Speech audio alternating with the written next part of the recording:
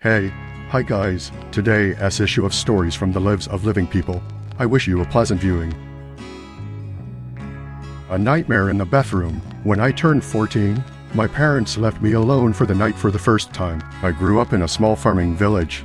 Good neighbors lived nearby, so my parents really had nothing to worry about. They went to visit friends and promised to return the next day. I decided to take an amazing bubble bath and paint my nails, as all girls of my age do everywhere, rejoicing at the freedom provided. While I was in the bathroom, I suddenly heard our back door open. By strict order of my mother, I locked all the doors, checked the windows after my parents left. Therefore, I was not alarmed.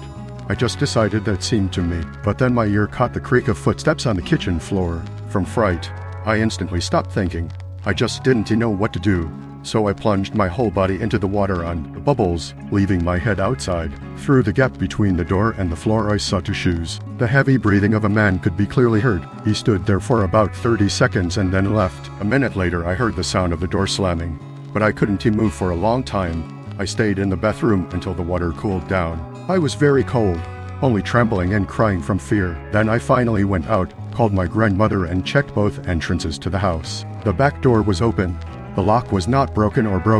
Later that week, we learned that a man had broken into farmhouses. Grandfather's visits. A tale of a baby's unseen friend. My father died on the day my daughter turned 10 months old.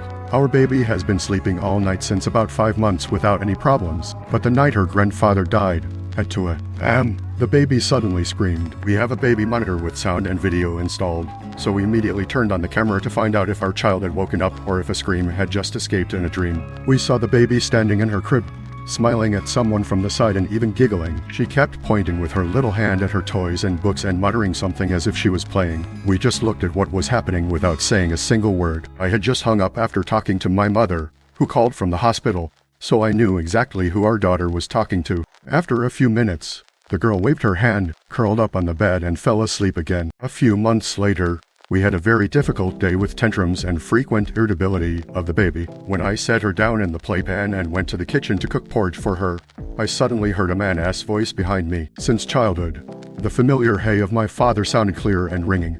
As always, I stopped and turned around so fast that I almost fell to my knees. My child immediately stopped crying.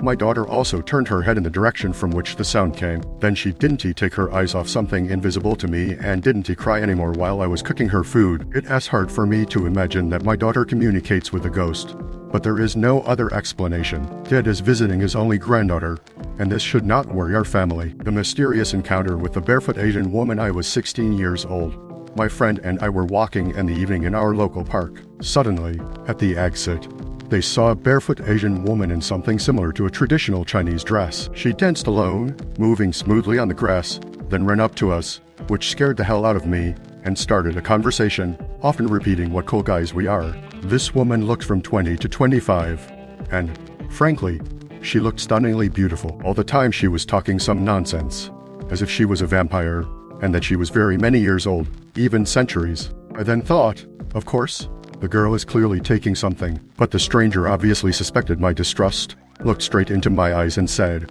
"Do you want to feel my energy?" I smiled ironically and replied, "Of course." The next moment, the woman passed her hand a few inches from my face and stopped her palm right in front of